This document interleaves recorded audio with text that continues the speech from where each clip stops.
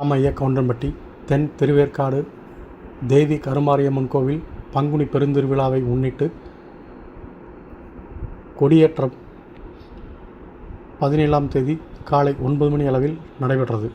ஏராளமான பக்தர்கள் புனித நீர் ஊற்றி காப்பு கட்டி தங்கள் விரதத்தை தொடங்கினர். தேனி மாவட்டம் கம்பமரிய காமையா கவுண்டம்பட்டியில் அருள்மிகு ஸ்ரீ தேவி கருமாரியம்மன் திருக்கோவில் உள்ளது. இத்திருக்கோவிலில் வருடந்தோறும் பங்குனி பெருந்திருவிழா விமர்சையாக கொண்டாடுவது வழக்கம். இந்த நிலையில் இந்த வருடம் பங்குனி பெருந்திருவிழாவிற்காக 17ஆம் தேதி கொடியேற்றம் மிக விமர்சையாக கோவில் வளாகத்தில் நடைபெற்றது.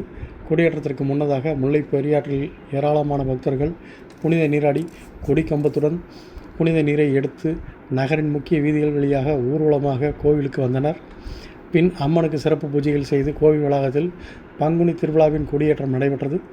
கொடி கம்பத்திற்கு பக்தர்கள் ஊர்வலமாக சென்று மஞ்சள் கலந்த புனித நீரை ஊற்றி வழிபட்டனர். அதனைத் தொடர்ந்து ஏராளமான பக்தர்கள் காப்பு கட்டி தங்கள் விரதத்தை தொடங்கினர்.